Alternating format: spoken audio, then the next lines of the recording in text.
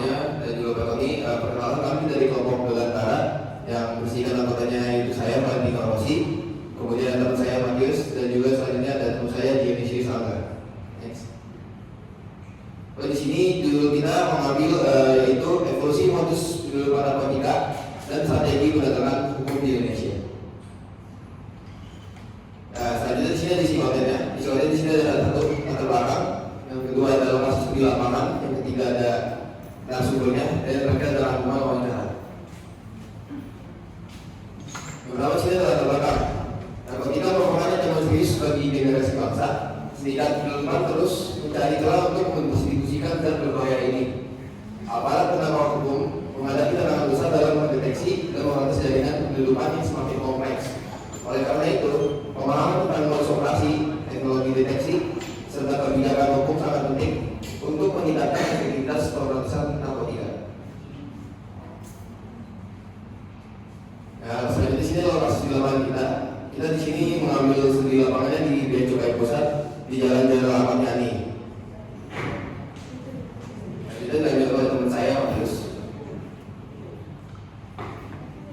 Oke, untuk narasumber utama kita itu Pak Muhammad Firdaus, jabatan Kepala Seksi Analisis Data Narkotika 1, Instansi Direktorat Jenderal Biaya dan Cukai Kementerian Keuangan RI.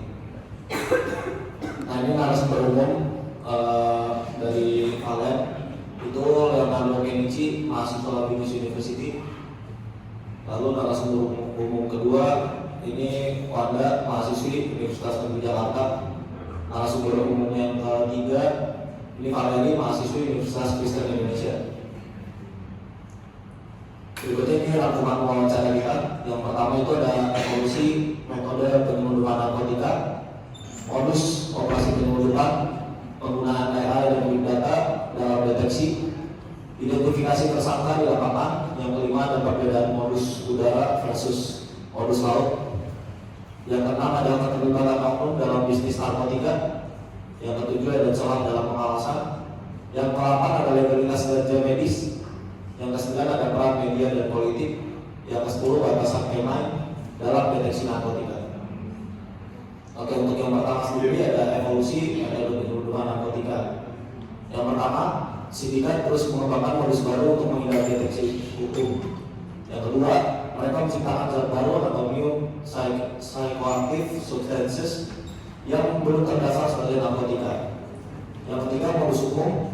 Kalau kurir udara biasanya pakai body strapper, swallower atau inserter yang ditelan dulu, nanti dia bisa keluarin dari tubuhnya sendiri. Terus ada perubahan rute penyelundupan serta memanfaatkan hari libur untuk mengelabui petugas. Yang kedua ada modus operasi penyelundupan. Pertama ada penyebaran narkotika melalui laut, udara, darat, kargo atau paket pos. Yang kedua teknik penyelundupan melalui udara cenderung dalam jumlah kecil dengan metode penyembunyian yang canggih. Yang ketiga ada penyebaran melalui laut yang lebih sulit dideteksi karena tidak memiliki data yang jelas dan sering dilakukan oleh kapal nelayan dalam jumlah besar. Untuk yang ketiga dijelaskan oleh teman saya Dionisius. Oke, baik. Jadi yang ketiga adalah penggunaan AI dan big data dalam deteksi. Jadi yang pertama, Bea Cukai dan kepolisian memanfaatkan big data untuk analisis pada pola penyelundupan. Yang kedua, AI digunakan untuk memproses parameter dari data global guna menargetkan operasi penindakan. Tiga, X-ray. X-ray adalah salah satu teknologi yang digunakan untuk mendeteksi, analisis dan mengawasi barang-barang yang masuk. Keempat, identifikasi tersangka di lapangan. Petugas mengandalkan visual expression, analisis perilaku, pengetahuan CCTV, dan anjing pelacak seperti kanan. Yang kedua, behavior detection provision, membantu mengamati pergerakan mencurigakan di bandara.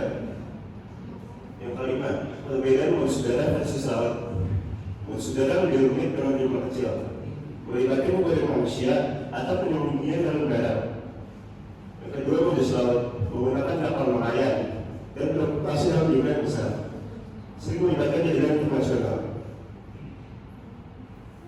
6. Keterlibatan oknum dalam bisnis narkotika. Beberapa aparat penegak hukum terlibat dalam perdagangan narkoba. karena kegiatan dengan keuntungan yang sangat besar. Yang kedua, integritas pegawai menjadi faktor penting dalam pemberantasan narkotika. Yang ketujuh, salah dalam pengawasan. Keterbatasan jumlah petugas dan volume import yang tinggi menjadi kendala utama saat ini.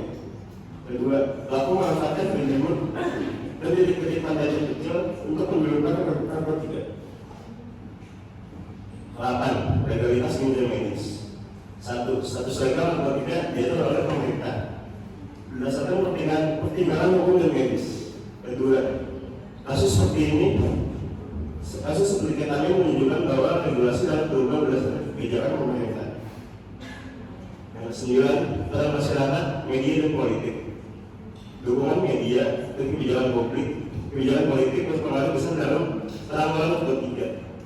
Yang kedua, hukum yang tegas dan keterlibatan seluruh elemen masyarakat diperlukan untuk efektivitas penindakan. 10. Batasan tangan dalam deteksi narkotika. Tidak semua narkotika bisa dideteksi oleh yang perangkat. Hanya zat-zat yang bentuk cairan yang dapat diinus oleh yang tersebut. Kedua, latihan rutin dibutuhkan agar kalian bisa mengenali zat baru yang digunakan oleh sindikat.